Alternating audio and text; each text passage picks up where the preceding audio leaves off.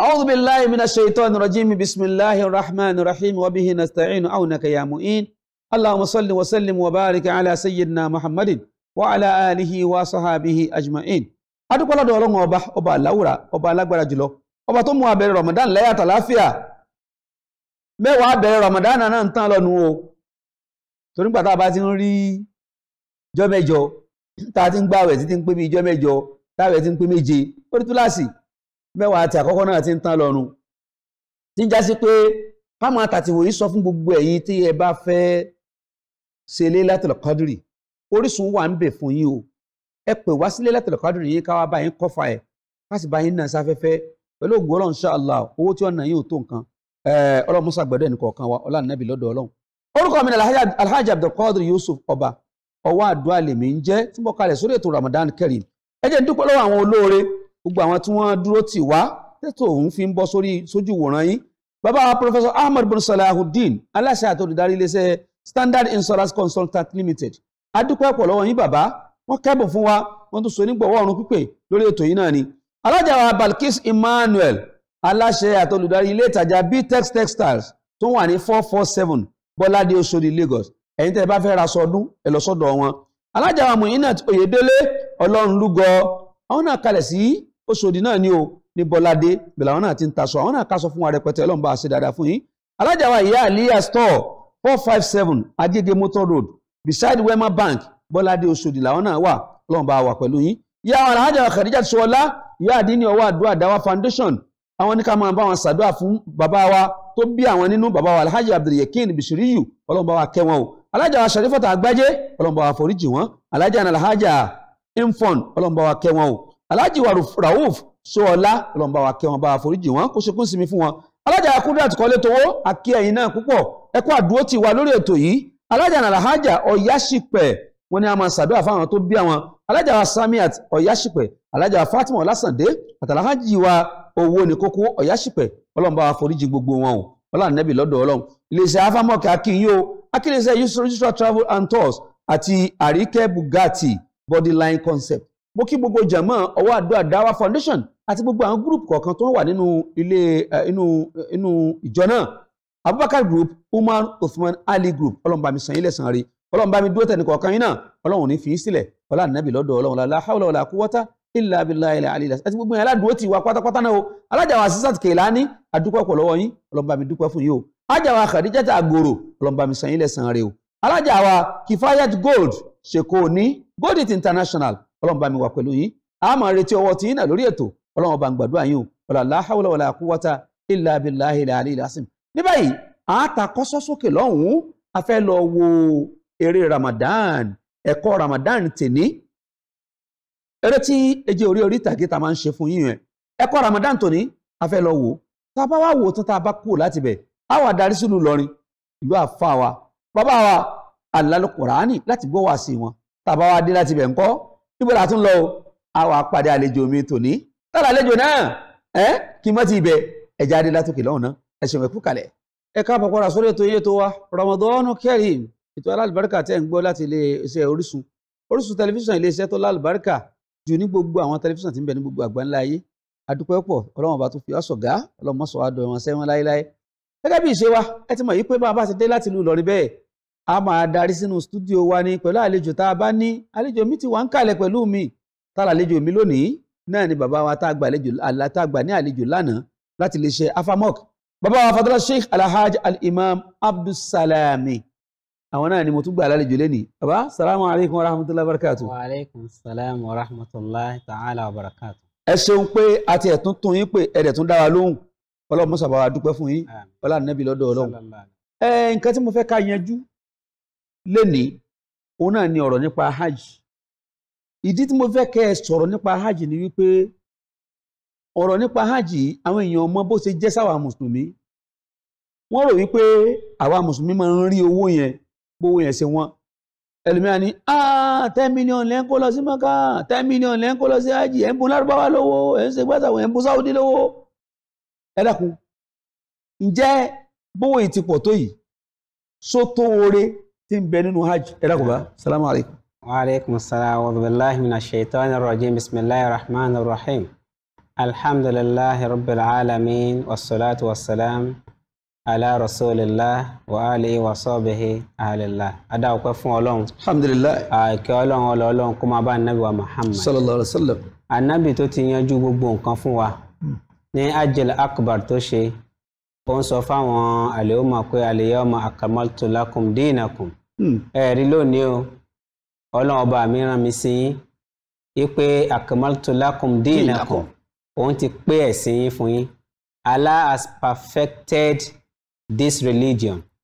Wa atmamtu alaykum ni'mati. Òun sì ti sọ ìdẹ̀ra rẹ̀, òun ti sọ lé wa lórí. Wa raditu lakumul islam dinan. Òun ti wá ṣe Islam ní ẹ̀sìn fún wa.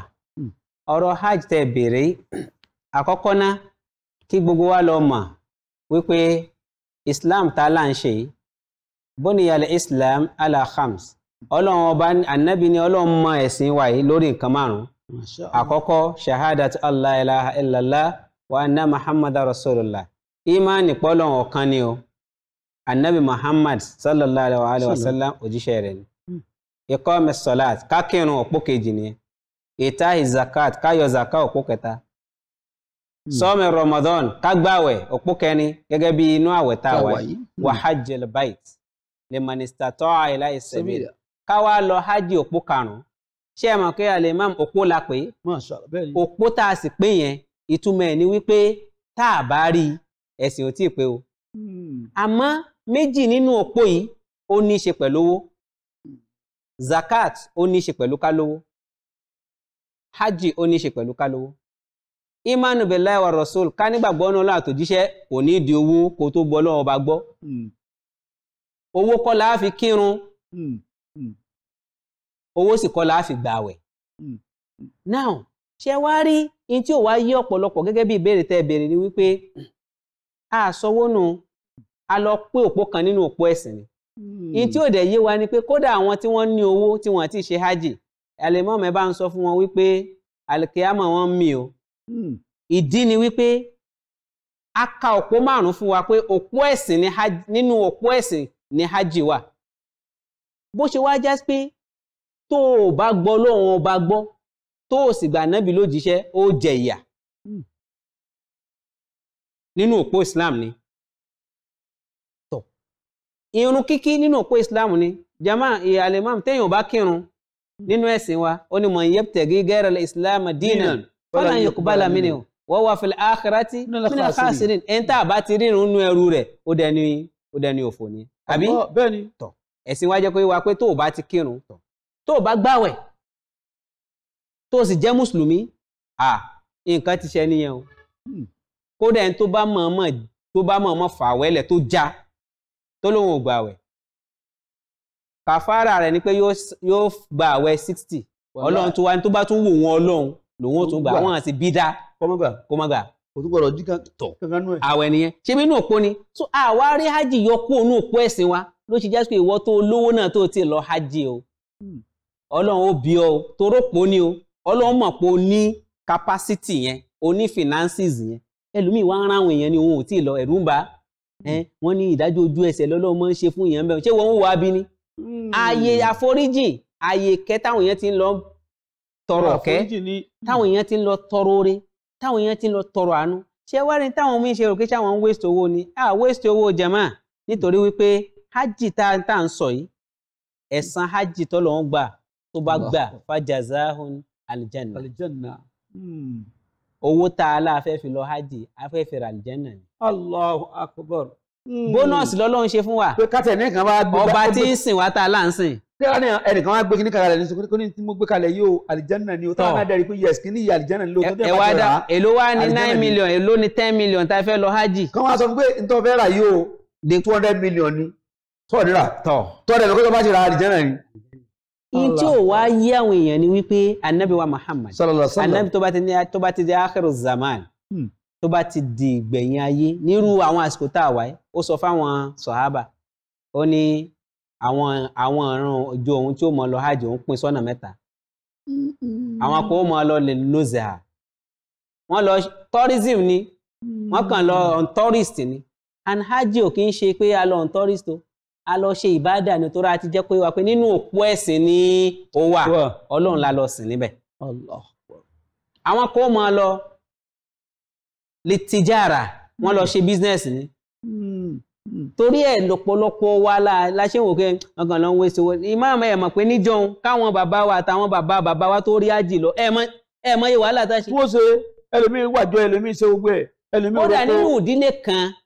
nínú ìdílé kan generation bíi mẹ́rin tó ti lọ sẹ́yìn ẹ lè má rí jẹ́ èèyàn kan lọ tó lọ ájì inú generation. bẹ́ẹ̀ni.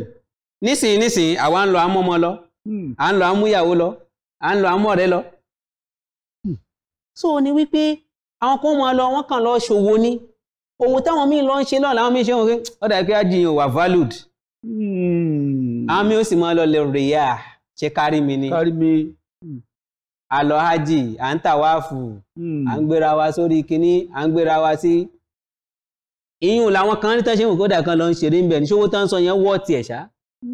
níjọ́ ń sì ní means of communication sí kò sí kódà torí ẹ̀ ní Saudi government tó bá ti di jọ́ àràfá wọ́n máa ń kọ́ ti network ní pé tó má bá yí ara rẹ jẹ́ ó wá bẹ Ọlọ́run torí alhajju Àràfà ó wá bẹ Ọlọ́run ní ráyè fọ́lọ́run kọ́lọ́run fi lè ṣàánú rẹ̀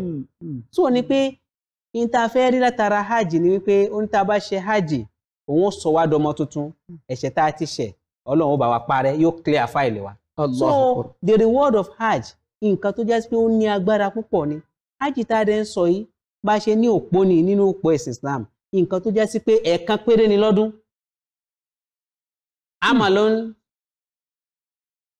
amalon maliya iṣẹ́ kan tó jẹ́ pé owó la fi ṣe wa amalon jismiya iṣẹ́ kan tó jẹ́ pé a tún fara ṣe ni ó fowó ṣe ó náwó látara pé ó sanwó hajj àbí wọ́n rán ọ lọ ó sì tún fara ṣe kí ni fara ṣe a fẹ́ lọ fara gbolẹ̀ lọ́dọ̀ Ọlọ́run ni a lọ ṣe tàwáàfù a lọ ṣe bádà a lọ bẹ̀ lọ́hùn nítorí pé àsìkò tá a fẹ́ fi ṣe yẹn àsìkò tó ní òǹkà ni tó jẹ́ pé tá a bá ti míìsì tọdún yìí ó kú pé bó láṣẹ rí tẹ̀mí a bẹ̀ Ọlọ́run gbogbo àwa tá ń gbèrò rẹ̀ kọ́lọ̀ mọ́ṣà ṣe ń rọrùn fún wa àmín kọ́lọ̀ mọ́ṣà ṣe ń rọrùn fún wa àmín ya Allah kọ́lọ̀ mọ́ṣà ṣe ń rọrùn fún wa tọ́lọ́ ń bá kẹ́yàn jẹ́mà tí ó bá ti rí bẹ́ẹ̀ yẹn dé Ọlọ́run òkè o. Allah bàbá tọ́lọ́ ń bá kẹ́yàn tí ìbá ti rọ́nà ájì lọ tí rí kẹ́ Ọlọ́run mọ́ṣà yóò gbó rí kẹ́ ọlá nẹ́bí lọ́dọ̀ Ọlọ́run bàbá ẹ̀rá dákun tó Ọlọ́run kí lẹ rò pé bí wíwọ́n tó wá wọ́n yìí torí nísìnyí tá a bá wò nísìnyí nílé iṣẹ́ hafamok nísìnyí ẹ̀yin nísìnyí ó ní iye tẹ́ ń gbé hajj ìjọba gan fún rẹ̀ ó ní iye tí wọ́n ń gbé hajj gbogbo owó hajj pátápátá àti taládàáni o àti tìjọba o kò sí tí ò súnmọ́ 9 million kò sí bẹ́ẹ̀ fẹ́ ṣe kò sọ́gbọ́n náà fẹ́ dá sí tí ò wọ 9 million èyí tó máa kú èyí tí ò wọ 9 million gan èyí tó máa kú tó máa fi wọ 9 million kò tó nǹkan mọ́ mo wá ronú lọ́tún mo ronú lósì ẹ wá ẹ ní sùúrù kí ló fà tó yẹ pé hajj dẹ̀ fò fẹ̀rẹ̀ láti 3.5 ọ̀dẹ̀ ń lọ sí 10 million kí ló lè bí kọ́ wọn tó báyìí ẹ̀yin tí ń wò wá ń lé ìbéèrè yìí ni àwọn àlejò mi ọ̀ dáhùn tá a bá dé látòkè lọ́hùn nísìn torí pé kí ni ọ̀rọ̀ yìí gbà kíyèsí ó sì gba ká la àwọn èèyàn wa lọ́yẹ̀ kí wọ́n lè mọ kí ló dé tó fi wọ́n tó bẹ́ẹ̀ torí ẹlòmíràn rò pé wàhálà ìjọba lójọ́ wọn ẹlòmíràn rò pé Nàìjíríà ló ti wọ́n bẹ́ẹ̀ ẹlòmíràn rò pé Saudi lójọ́ wọn ẹlòmíràn rò pé àwọn Saudi ẹ̀fẹ́ á wá mọ́ ni lójọ́ wọn fowó lé pé kẹ́ ẹ lè bá gbélé yín rò ó ká lè gbé gbogbo olè bá yé wa tá a bá padà dé látòkè lọ́hùn nísìn àwọn àlejò mi wọ́n mọ̀ yanjú ẹ̀ ẹ jẹ́ ká dókè lọ́hùn kábọ̀ náà bàbá wa Abdulsalam wọ́n sì wà ń kalẹ̀ wọn àti ìlọ láti lè ṣe afamok ẹ ṣe mẹ́kú kalẹ̀. ẹ̀kọ́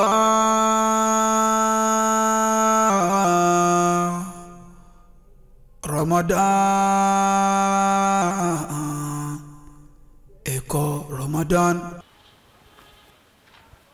ẹ ǹlẹ́ o àbólójú kan ṣẹ́ta àwọn rúgà ẹ ǹlẹ́ ẹ pẹ̀lẹ́ kí ló dé kí ló tó lọ ṣe lọ́dọ̀ mẹkáníìkì ṣe ní mọ́tò ni. irọ́ pálẹ́bìtà ni táyé eléwúrẹ́ ẹni tí máa ń ṣe ara mọ́tò nù ọmọ mi dáadáa ní ládùúgbò àwọn tí máa ń tún mọ́tò tó bá fàya àbẹ́yìn tó bá bàjẹ́ àwọn tí máa ń tún ṣe. ok ṣẹ́yìn wá ní mọ́tò nìbí kan àbẹ́fẹ́ tún ara yín ṣe nítorí ọ̀rọ̀ yóò yé mi. alámúlégbè mi ni. ó ti yé mi téèyàn bá níṣẹ́ náà yóò ní máa fẹsẹ̀ gbàjọ́ gíráfì káàkiri àdúgbò òun náà rẹ̀ àìníṣẹ́ yín láì ṣe pé ẹ studies of law ni tó yẹ pé gbogbo àdúgbò kò síbi tí wọn ò mọ̀ yín ẹ fẹ́ fi ẹsẹ̀ rìn ẹ̀ ń try ìbọnú ayé ẹ lè fẹsẹ̀ rìn gan láti bí dé London kí ló ṣẹlẹ̀ ẹ wo ẹ pẹ̀lẹ́ ẹ ǹlẹ́ ṣẹ́rí tó ti wá wá important báyìí because tó bá pẹ́ máa ń kọrin ni ẹ̀yin lẹ́kẹ́ jẹ́ dádì fún rúgà kọrin ẹ̀dẹ̀ panu ojú kan bíi ti rúgà. ọ̀jẹ̀ rúgà ọ̀jẹ̀ rúgà. ṣe rí pírọ́blẹ̀mù tó wà lẹ́ báyìí ni pé tí gbogbo èèyàn bá lè bá yín sọ òótọ́ ọ̀rọ̀ kì í ṣe bí ìdèmí tí ẹ bá ń gbọ́ ẹnu gba ọ̀rọ̀ èmi mò ń jẹ́ bẹ́ẹ̀ ní gbogbo fámìlì wa ló ti mọ̀ mí mò ń ro ẹjọ́ gidi gan tí anybody ò bá lè sọ̀rọ̀ kò lè sí kò tẹ̀lé fi mí ṣe. náà ní àkọ́kọ́ ẹ̀dùn ló ṣe wọ́n máa ń so ẹran mẹ́rùn kíkan kan ìkan pa ni. street wa yìí a ní ilé bíi 37 ẹ̀yin nìkan kò jẹ́ kí odidi community ní iná torí pé ẹ̀ dáwó iye òdẹ́rí kẹ́ má fẹ́ ṣe rìn kìdí kí ló dé ṣé pè ní tó bá jẹ́ pé ẹ̀ lówó tẹ fẹ́ fi ẹ gbé lẹ́yìn kẹ sùn lóṣù ká kẹ gbé dànù náà ká mọ̀ pé yẹ sí lẹ́yìn òsínú community wa kí ló ṣẹlẹ̀. mo lè rọrọ sọ o mo rí sọ èmi nìkan ni ò jẹ́ rí náà ní community wa community yìí. yìí ni kẹlẹ dáwó. ẹ lè rí náà ẹ lè rí báwo lẹ ṣe rí náà tó bá jẹ́ pé èmi nìkan ẹ lè rí o ẹ ní rí náà pa wọlé o torí ẹran ọ̀sẹ̀ mi yàtọ̀ sí ti yín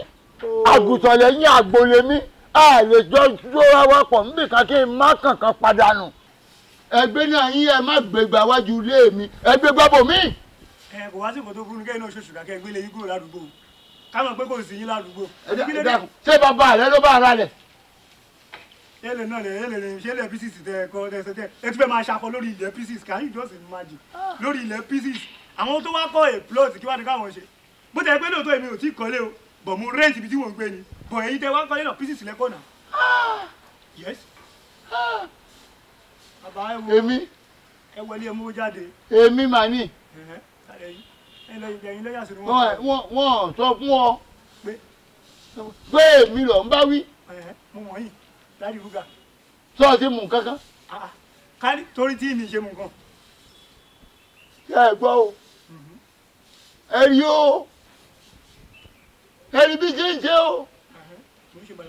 tàbá náà ṣoògùn kà mọ́ sẹ́ni tí ó jẹ́wọ́ ò ní gbà o. ebi lè máa pa náà. ẹ rí báyìí o ẹ ṣáà gbọ́ gbogbo ohun tí ń sọ kalẹ̀ látòórọ̀. mi ò tí ì sọ kankan náà èyí tí mo yín ṣe mo ṣe ṣe rí aláàlọ́wọ́ ni. ṣébí wọ lẹ́nu rẹ gbọ́rọ̀. ẹ bàjẹ́. ìwọ ló lè sọ gbogbo nǹkan. mo máa ń sọ ya ti. ṣáàmà àdúgbò yìí kò lè rówó gbà lọ́wọ́ yín. èmi tí mo rẹ́ǹtì ilé gan-an wọn ò bí yín tẹ bá gbéná sórí màá sọ kalẹ̀ are you kidding me ọwọ́ mi gan-an kò sí nǹkan tí ò lè gbé o kò sí pé fẹ́ gbóná tó. are you imagine now èèyàn kan ṣoṣo péré kò jẹ́ ká níná èèyàn kan péré èmi tí mo rẹ́ǹtì ilé gan-an bó tẹ̀ pé owó tó pín náà tó ní kíní mo kàn fi ṣe ìgbégo olówó yẹn sọ́kọ̀. láì study sọ̀fíọ̀ ẹ̀ ń fẹsẹ̀ rìn káàkiri àdúgbò can you imagine can you. ẹ wò mí èyí tí mo gbélé ẹ lọ́wọ́ òun ọ wà á gbéra báyìí ọ wà á máa lọ ọ máa lọ ọ máa lọ tí ò sí nǹkan kan tí ò dá dúró. kí bá yín ra bọ̀dì lásán lè sọ lẹ pọ́n létò yẹn. ẹyin ṣé rí ìbọ̀dì èbó ni o. ìbọ̀dì èlò náà ń tà ṣé ẹ̀yin yàn ẹ máa ń pọ́n nǹkan tó yẹ kẹ́ pọ́n ẹ máa ń pọ́n ilé. now ìrìn Èkó sí Àbújá mélòó ni. ẹ̀kọ́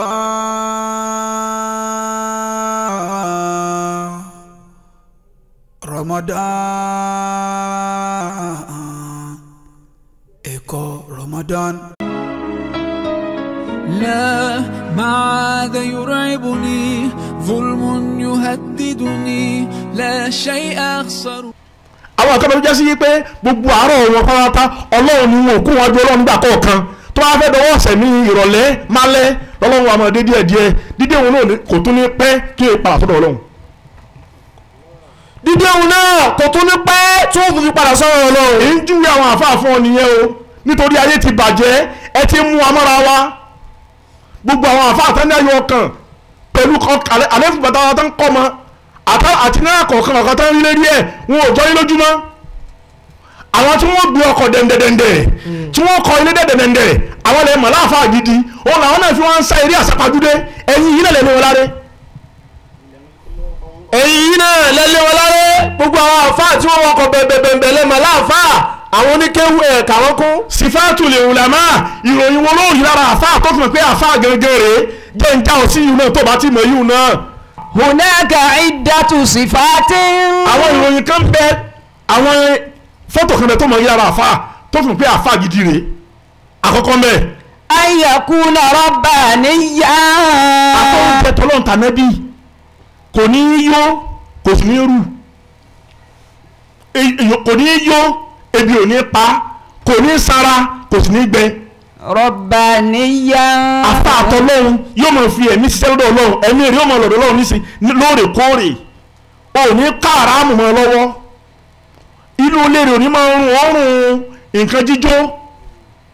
kò ní ní yàrá èèwọ̀ kò ní jáfa àti máa gérí èèyàn kò ní jáfa àti máa lo páàkì òkú ọba níyà yóò jáfa àtọ́lọ́hún tànábì àkọ́kọ́ nù ní. wa an yakuna manhazan ila al-ummati muhtamman bi qadayaha. ibi tí ń bọ̀ nù afa gidi ó gbọ́dọ̀ jẹni tí yóò kó ọ̀rọ̀ ìlú ẹ̀ ọ̀rọ̀ environment ẹ̀ ọ̀rọ̀ àdúgbò ẹ̀ ó gbọ́dọ̀ kó lé kàn pé àyè bá a mọ̀ tí wọ́n ti ẹ̀ kó bùkátà kan wájú mi tí wọ́n ní kí n bá wọn bí ayọ̀ lọ́dọ̀ ọlọ́run ṣé àárín èmi àtọ́lọ́run bá mọ́ láti bí a bùkátà náà ní tí ò ní jó sinmi nu ní tí ò mọ̀ ronú ọlọ́run ọmọ tí ń tẹ̀lé mi láti jọ ìtì ń ṣe wàhálà nítorí mi yìí tí ìdúrà ní wàá sọ pé àwọn ọkùnrin máa ń bẹ lọ́rùn kìíní ìmúfẹ́ kó bíyá tí ì bá rí bíyá fún ìmọ̀ tí kí n ṣe àfáà tó pé mo fẹ́ fojú sí. àwọn tó ń tẹ̀lé wọn bí bùkátà wọn ṣe bíyá lọ́dọ̀ ọlọ́run ni ó mọ̀ wà lórí ẹ̀mí wọn lóòrèkóòrè àfáà gidi ọba ọ̀jẹ̀ tó lè bíyá bùkátà àwọn ènìyàn pẹ̀lú kóra ọ̀rọ̀ àṣẹ sọ́dọ̀ ọlọ́run láì mú atare láì lọ nǹkankan láì gún nǹkankan. lọ́lá ipò kankan pọ̀ ọmọ rẹ̀ tẹ́wọ́ kó gbàgbọ́ lọ́dọ̀ ọlọ́run àfáà gidi àmì tó fi rí wọn nù o àfáà ìdákẹ́ ẹ bá wa ṣe bí abùkátà yìí ẹ bá wa bẹ́ lọ́run kó bí abùkátà yìí fún wa táfà wa ní tó ṣẹlẹ̀ mẹ́ni pé ẹ rori eku ẹ rori ẹja ọwọ́ ọ̀nà kí ẹjẹ́ ọmọ tuntun ewékewé ẹ dákun sáfàánù mọ́sí mi gbọ́ mi ò sọ pé kò sí oògùn wà oògùn ìwòsàn wà oògùn tá a mọ̀ fi bẹ̀ lọ́run ká lọ ewé méwé wà tí ọlọ́run sì bí àbùkátà àwọn aráyà kan bẹ tó bá lọ sára ewé tó bá jó àbọ̀ lọ́ tó fi fọ́kọ̀ mu wà láyà àdúrà ló gbà aya ewé ọlọ́run tọ́lọ́run dá sórílẹ̀ ọ̀hún méje náà léwé náà lọ́ọ́ já lọ́tọ̀ọ̀tọ̀ hàn aya ọ̀hún sáré sí lára ṣe lágbo mú kó ohun tọ́lọ́run ṣe nu ayé rẹ̀ láì lo nǹkan kan láì lo orí èèyàn láì lo ẹran èèyàn láì lo ẹ̀jẹ̀ ìwòsàn pọ̀ ní Kùránì ẹ̀yin tẹ́ ní agbára láti sọ ọmọ tí yóò mọ̀ doni mímọ́ iṣẹ́ òru tó wà láyé kí a máa bèèrè lọ́wọ́ àfáà nǹkan fáwọn oníṣẹ́ àfáà tí ò níṣẹ́ kò níṣẹ́ ní sọ àwọn aláìmọ̀ doni mímọ́ iṣẹ́ òru ju iṣẹ́ kákọ́ yẹn kí wúlọ láyé iṣẹ́ tíṣẹ́ àdámọ̀ ṣe tẹ́sàṣeyọrí mbẹ́ tíṣẹ́ kàmẹ́lì ṣe tẹ́sàṣe là tí abalagbèjà àgbà ṣe tẹ́sàṣeyọrí kò sí iṣẹ́ tó tó sẹ́mẹ́tẹ̀ta kò sí iṣẹ́ kan tó tó iṣẹ́ kéwú ẹnì kan wá ní bẹ̀rẹ̀ ẹsẹ̀ kéwù yìí tí ó tọ́ àmẹ́tẹ̀ẹ̀ta ọ̀hún yóò yà mọ́ tẹ̀lé wọn ni gbogbo àwọn àfọwọ́ lásìkò táwọn yìí alágbàṣe ni wá á dìde lábẹ́ wọn ni a lè tó wọn bèrè tàbí tájù wọn lọ àwọn alágbàṣe àwọn kọpíkọpí ó mú díẹ̀ lára ṣé Ádámù mú díẹ̀ lára Bàlágàjì mú díẹ̀ lára bàbá mọ̀sígbá wọ́n tó pọ̀ ìwọ́n àmọ́ pèrè àyẹ́ nìkan. Iyakumullah. àwọn ọmọ yìí àfáàná tí wọ́n bà fà jẹ́ ó ti kọ́ yé wa dáadáa yí pé kámúmí ní áálì ní zálà wà kámúmí múrísídì ńdọ́là wà mízì ìzàtì zálà wà kámúmí ní áálì mi ńdọ́là wà kálà lè khatibu kọ̀dí tọ́mọ. wà kálà lè khatibu kọ̀dí tọ́mọ. kámúmí múrísídì àìmọye àfáà tí ó máa fi ni mọ̀ náà dọ́là tó sì jáde pé tó bá déwájú ọlọ́run ẹni àánú ni àwọn yìí ló pọ̀ àwọn àfáàfin ni mọ̀ náà wá àti wa ni ẹgbọ́n ọ̀rọ̀ ẹnu mi ni ẹgbẹ́ mọ́ wà mí o wọ́n pọ̀ ní àwọn àfá mùrìṣídìn mùrìṣídìn ni ó pèrà ẹ̀ àmọ́ dọ́là àmọ́ òun náà ló tún mọ̀ fi ọtí lọ sẹ́ tó bá dòwú. ẹnu tí ó fi bọ́lọ̀ sọ̀rọ̀. ẹnu tí ó fi bọ́lọ̀ sọ̀rọ̀ wà ní ìzà tí ń zálà tó bá déwájú ọlọ́run àìmọ́ yí àwọn àfáà tá à ń gbé pò fún láyé tá à ń wárí fún tá táwọn a máa clear àwọn èèyàn a máa clear ọ̀nà tó máa ti ń bọ̀ nítorí ká lè fún wọn lápọ̀nlé tó bá diwájú ọlọ́run zálà á fi àtẹlẹsẹ̀ tẹ̀wọ́n lé bọ́lẹ̀ báyìí wájú ọlọ́run ni. èèyàn ńlá ni wọ́n láyé àwọn èèyàn kékeré ni wọ́n níwájú ọlọ́run. àfáà náà ni wọ́n láyé o ó di méjì wàkámúmi ni àálí mi àwọn ọmọ yìí onímọ̀ tẹ́ ń pè ní onímọ̀ láyé zálà tí bá ń ti ń gbọ́ fárásì láti báyìí ẹsẹ̀ rẹ̀ ó sì yẹ̀ sínú jáànámọ̀. tó máa bí pé àfa báwo ló ti jẹ́ èyí tá a mọ̀ lónímọ̀ láyé èyí tá a mọ̀ lẹ́ni ńlá èyí tá a mọ̀ lólùfìmọ̀ náà. fakọ́lá lè khatibu kọ̀dí tọ́ọ̀mọ́. Aqala li khatibu qad tamma. Faqala li khatibu qad tamma. Wa kam min murshidin dalla. bẹ́ẹ̀ni Wa kam min alimin zalla. bẹ́ẹ̀ni wà mí rí izzatin zalla. Faqala li khatibu qad tamma. jẹ́ kí n sọ fún ọ dáadáa ṣe rí ayé ìsìn ló dàrú gbogbo àwọn àbá wa lóòótọ́ ìyà náà fi kọ́ wa ìyà náà fi kéwú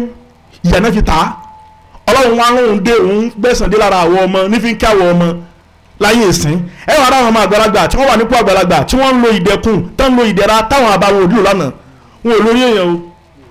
nítorí tọmọ ọmọ tó ṣẹlẹ̀ yìí ọmọ ramani tó ṣẹlẹ̀ yìí alápàtà èèyàn tó ṣẹlẹ̀ lọ ní last week yìí ká tó mọ́ Ramadan yìí ó ti fẹ́ kó ìdọ̀tí bá pọ̀lọpọ̀ àfa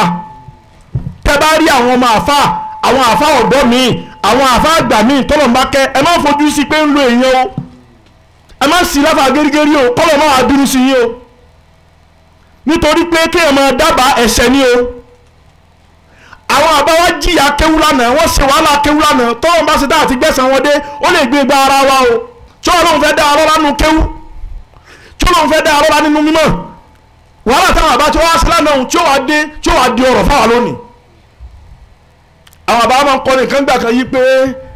fatantana fajana tana tajani ó ní akéwú aké ọ̀bọ olúwa mi mo máa jáwọ́ tọ́wọ́ ké wúláyé òjàre wa òkúta wa lérè èmi mọ̀ jẹ́ ó pẹ́ mọ́ owó rẹ̀ mọ́ kàkà gbẹ́sì káàkà kan lè mọ́ lé. Àwọn òòrè máa kàkà gbẹ́sì káàkà kan lè mọ́ lé. Àwọn òòrè máa kàkà gbẹ́sì káàkà kan lè mọ́ lé. Àwọn òòrè máa kàkà gbẹ́sì káàkà kan lè mọ́ lé.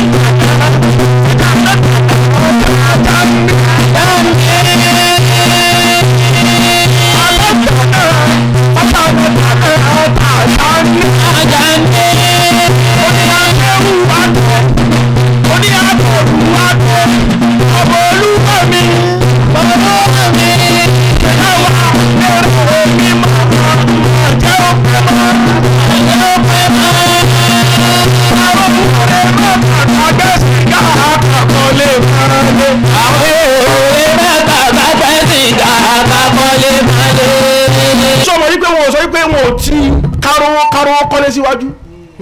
ẹ̀wọ̀n tí ó ti síwájú kárówó mọ́ká ọlọ́run sàjà lọ mọ́ká káwá sìn ọ́ káwá fi lọ mọ́ká wá gbé ẹ̀sẹ̀gá odi méjì lẹ́sẹ̀ akantó kákọ́lé táwọn gbá wọn mọ́ wọn sí káwọn mọ́ fowó rẹ́ǹtì ilé kì.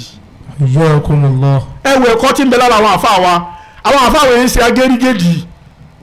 àwọn àfáà wa ò kọ́ wa lẹ́kọ̀ọ́ àwọn àfáà wa tàná wọn ò kọ́ wa lẹ́kọ̀ọ́ kágérí èèyàn ká lo pàtì èèyàn ká tó dolówó wọn ní fàtàǹtàná ọlọ́run ṣèbí wọ́n ló dẹ́wà wo pẹ̀lú mímọ́ ká jìyà akéwú afáragbolẹ̀ akiri fáwọn ẹlẹ́hàá àṣebára kálẹ̀ rí ti rárá fájànà ń tàná ó wá sọ wá dẹni tí ń kẹ́ èso ìmọ̀jẹ torí ọ̀pọ̀lọpọ̀ àwọn kan gbọ́ orin yẹn wọ́n mọ̀ túmọ̀ ẹ̀ fàtàǹtàná fájànà ìtànà fàjànà ìtànà tàjà ní ó wá sọ wá dẹni torí tàjà ní jẹ àtàjà ní ìkẹ́ èso ìmọ̀jẹ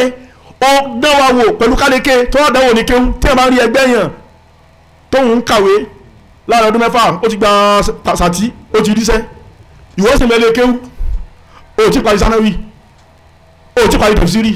ẹgbẹ́ rẹ̀ kàn ti ń gbowó oṣù ó wà kí ọlọ́run àdánwò dé báyìí ó wá kú bẹ́ẹ̀ mi ni ó ti wá ṣe sùúrù lórí ojú ọ̀nà yìí kébì náà tó dá àfáàkín tó máa rè èèyàn kó tó wá dowó fún mi n ò sì bá wà àfáà sàlìkáwà ni pé ó kéwú lówó kọ́kọ́ lọ di yìí mú dáadáa máa rò pé ó kéwú lówó owó fún àfa èèní ni kéèmọ̀ àlùbáríkà ìmọ̀ rẹ kó o réyàn kọ́. mọ́tà níyàn torí owó lójó kéwú bọ́lá ń bá fi owó kó ènì ní. àlùbáríkà ìmọ̀ rẹ pé àfa yóò lálùbáríkà ṣé kò ra mọ́tò ní àlùbáríkà ni àfa àwọn olálùbáríkà ṣé kò kọ́lé ni àfa àwọn olálùbáríkà kò réyàn kọ́ ni tó mọ̀. so fatantana ìwọ náà tó dán wa wò fàjẹnẹ ìtànà ó tún wá fún wa ní èso tàjá ní èso ọmọjẹ àtọ́bọ̀ tí wá fún wa ní èso ọmọjẹ jẹ ọlọ́run ntòkúta ń bèèrè lọ́wọ́ rẹ ni pé o ní akéwú ake ọbọlúwa mi. ọbọlúwa mi. o ní akéwú mama jáwọn tí o kéwú láyé kánjáre wa. jáwa lóhùn mi màmá jẹ́ ó pẹ́ mọ́. jẹ́ débẹ̀ náà fi ń ṣe láwọn sọ́lọ́hún ṣé wọn ò rí òkú sàárẹ̀ lẹ́yìn kùlé wọn ni kọ́lọ́ wú àbí wọn ò rí ìrànlẹ́ pa lásìkò wọn wọ́n ra wọ́n sọ́lọ́ ń pè ọlọ́run tètè dá wa lóhùn mi màmá jẹ́ ó pẹ́ mọ́. jẹ́ ó pẹ́ mọ́ òwòrè mọ́ kàkà gbèsè kàkà kọ́lé máa lè. ẹ káàbọ̀ padà sórí ètò yìí tó wa Ramadan Kareem afáwa tí a ti gbà lálejò ní afáwa Sheikh Al-Imam Abdulsalam láti iléeṣẹ́ Afamok Travels and Tours Nigeria Limited tí wọ́n kalẹ̀ sí number 50 Ìkọ̀tún Ìdímù Road by NNPC filling station tí wọ́n kó yẹn lọ sí umrah àti hajj àwọn ni wọ́n rán àfa àwọn àgbà wá sórí ètò yìí a wá sọ̀rọ̀ débi wípé kí ló fa gan tí hajj fi di tó gbówó lérí tó bẹ́ẹ̀ tó fi di pé 10 million ń lọ lórí pa fẹ́ ṣe hajj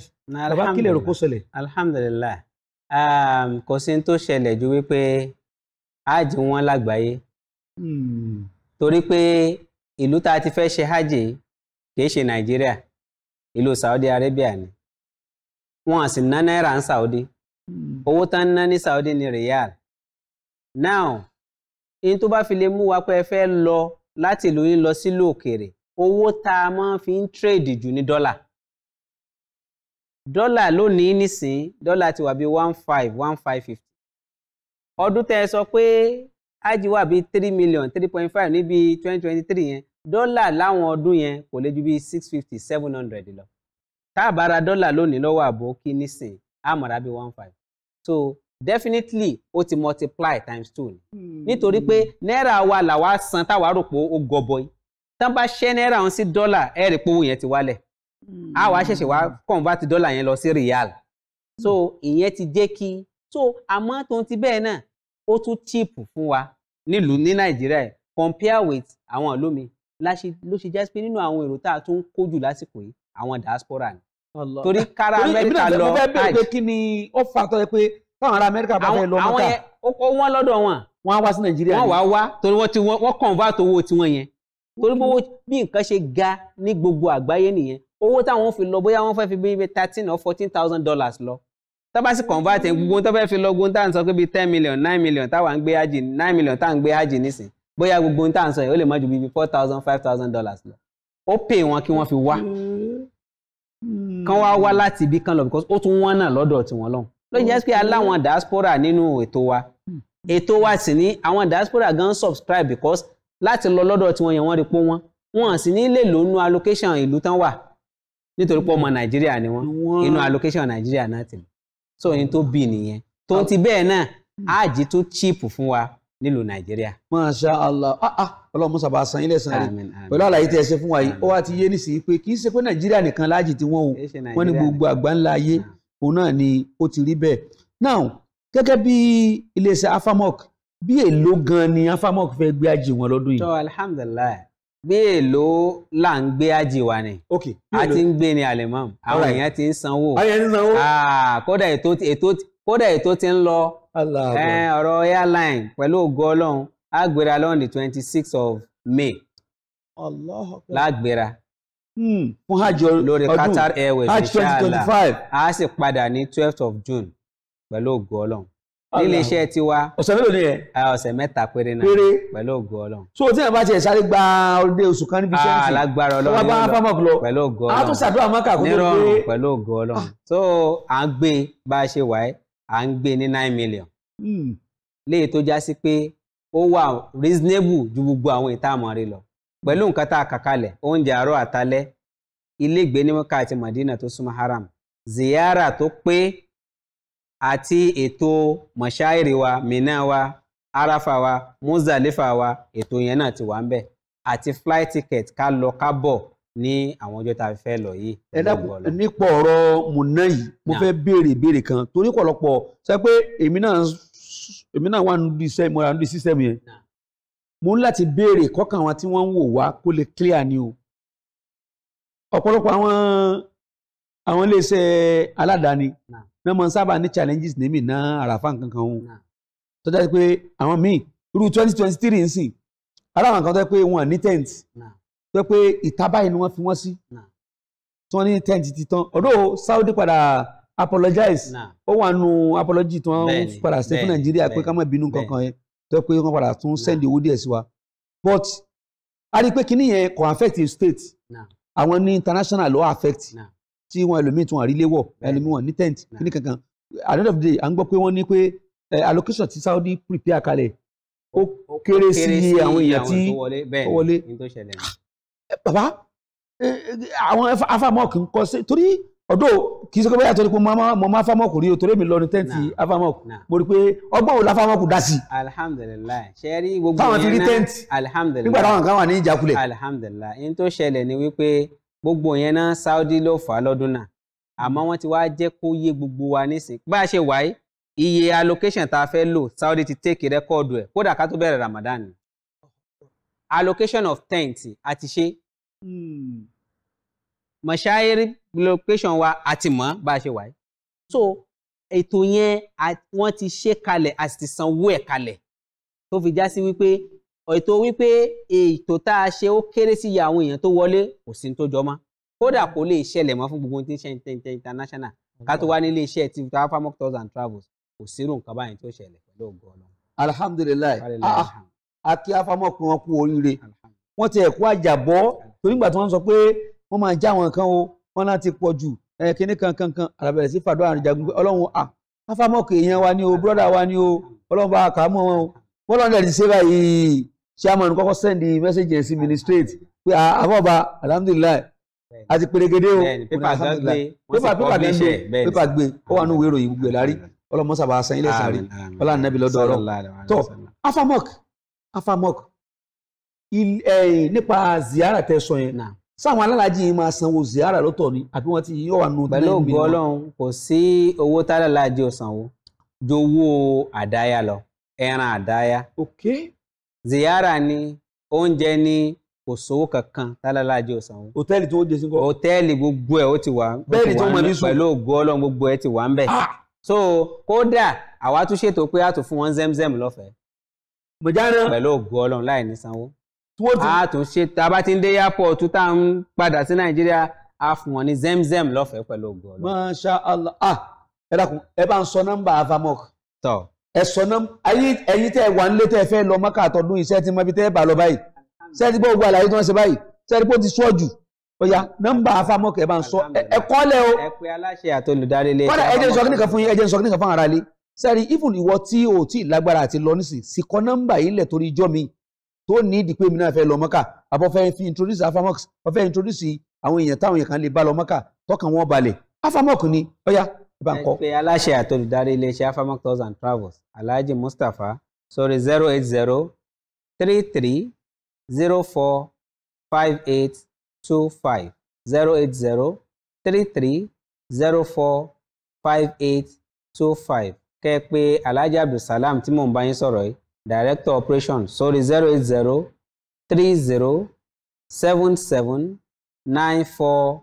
08030779441 08030779441 so Afamok Tours and Travels a tún wá wà ní ìlú Ìlọrin ní Ìlọrin West Shopping Complex ní Yebumot Roundabout a lè pe Alhaji Ọláyínká sórí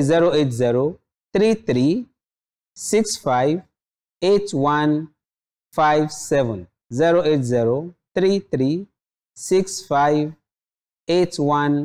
08033658157. tó ẹ ṣeun gan wípé a pè yín láti lè ṣe Afamok ẹ̀dẹ̀ dá wa lóhùn ọlọ́mọṣàbà dúpẹ́ fún yín ọlá nàbí lọ́dọ̀ Ọlọ́run.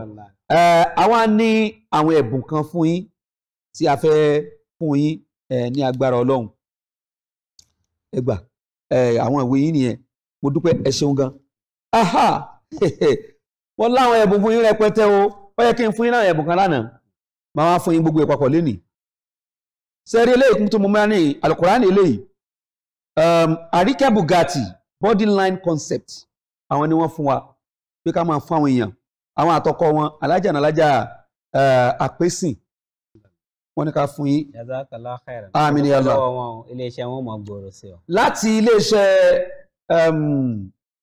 Standard Insurance Consultant Limited bàbá wa Professor Ahmed Bon Salahuddin aláṣẹ àtolùdarí iléeṣẹ́ Standard Insurance Consultant Limited. Al-Qur'ani yìí ẹ wo bó ṣe fáìn tó Al-Qur'ani ni ẹ̀rí ó ní Arabic ó ní English ó tún ní translation ẹ̀rí wọ́n ní ká fún yín ẹ máa fi ṣe ìbádà. A dúpẹ́ lọ́wọ́ iléeṣẹ́ wọn Ọlọ́run jẹ́ kó máa gbòòrò sí Àmín ya Allah. Ọlọ́run tó bá ìgbà lẹ́sìn fún wọn a máa ràn wọ́n lọ́wọ́. Àmín ya Allah. Now alájà wa Ìyá Àlíyà alájà Ìyá Àlíyà store ní 457 Agége Motor Road beside Wema Bank ní Bọ́ládé Òṣòdì àwọn ni wọ́n fún wa ní aṣọ yìí ẹ lè fún àjíà ẹ kó aṣọ ọdún ti délẹ̀ nù ẹ rí pé òun ni ẹ rí pé ó débẹ̀ aṣọ tó yapa stéèlì aṣọ gidi ni o lọ́wọ́ bá fàlùbáríkà sí alájà wa Ìyá Àlíyà àwọn ni wọ́n ní á fún Ọlọ́run á jẹ́ kí iléeṣẹ́ wọn máa gbòòrò sí àmín àmín ya Allah àmín ya Allah ẹ jẹ́ wọn rán yín sí chairman torí ẹ bá ń fún chairman náà lélẹ́yìí bàbá wa Alhaji wa Mustapha Káyọ̀dé oye nisi Isa ẹ bá ń gbé fún wọn látọ̀dọ̀ bàbá wa Professor Ahmed Bon Salahuddin aláṣẹ àtolùdarí iléeṣẹ́ Standard Insurance Consultant Limited àwọn náà ní ká gbé fún wọn. ẹ ṣeun gan Ọlọ́run jẹ́ kí iléeṣẹ́ náà máa gbòòrò sí àmín ya Allah àti iléeṣẹ́ tí náà yóò máa gbòòrò sí àmín ya Allah àkọlẹ́sọ́nà Ọlọ́run á jẹ́ kó máa gbòòrò sí àmín ya Allah wọlé Ramadan gbogbo ohun tó fi ń ṣètọrẹ àánú Ọlọ́run ṣe ládìpẹ̀lẹ́ fún àmín ya Allah á jẹ́ kí wọ́n bá ń bi tó ti lérè Allahumma la hawla wala quwwata illa billahi al-aliyyil azim. tó kò jẹ́ bó ṣe jẹ́ o adúgbò pọ̀ lọ́wọ́ gbogbo àwọn tí wọ́n ràn wá lọ́wọ́ gbogbo àwọn tó ń dúró tì wá tí ètò ìtọ́lú yìí náà fi bọ́ sórí àwòrán pàtàkì jù iléeṣẹ́ Afamok Travels and Tours adúgbò pọ̀ lọ́wọ́ yín o wọ́n kàlẹ́ sí number 50 Ìkọ̀tún Ìdímù Road ní by NNPC filling station ọlọ́run ní balẹ̀ sínú jẹ́ Ustra Travels and Tours wọ́n wà nínú USA nínú Amẹ́ríkà adúgbò pọ̀ lọ́wọ́ tí yín náà o ọlọ́run ní fi í sílẹ̀ Àríkẹ́ Bugatti body line concept adúgbò pọ̀ ẹ̀ ṣeun gan o adúgbò lọ́wọ́ bàbá wa Professor Ahmed Bon Salahuddin aláṣẹ àtolùdarí iléeṣẹ́ Standard Insurance Consultant Limited ọlọ́run ní fi í sílẹ̀ o iléeṣẹ́ yìí náà ò ní bàjẹ́ wọ́n fà ní ẹ̀yin tẹ́ ẹ bá wá fẹ́ darapọ̀ mọ́ wa lórí ètò yìí bóyá ẹ̀yin náà ní lecture tẹ́ ẹ fẹ́ ká wá bá yín kọ́fà abẹ́ fẹ́ wá sórí ètò yìí gẹ́gẹ́ bí àfà ẹ pè mí owó tí ọ̀nà yín ò tó nǹkan tẹ́ bá ti pe nọ́mbà mi inshallah máa dá yín lóhùn adẹ́sì tó bẹ́ẹ̀ sì débi báyìí orúkọ mi ní Alhaji Abdulkadir Yusuf ọba ọwọ́ àdúrà nọ́mbà tẹ́ ẹ pè mí sí rèé 080-230-550-86 080-230-550-86 nọ́mbà yìí ní kẹ́ ẹ pè anytime tẹ́ ẹ bá fẹ́ ká dá yín lóhùn inshallah tẹ́ ẹ bá dẹ̀ ti pè máa jẹ́ yín ní pè lọ́la látún máa pàdé lórí ètò tá a pè ní Ramadan Kareem bẹ́ẹ̀ ṣe ń wò ó lójoojúmọ́ ẹ máa wò ń dájí ẹ tún máa wò ń rọ̀lẹ́ náà tó bá dàgún 6 rọ̀lẹ́ àdúrà wọ́gbà ma assalam wa ilal liqa.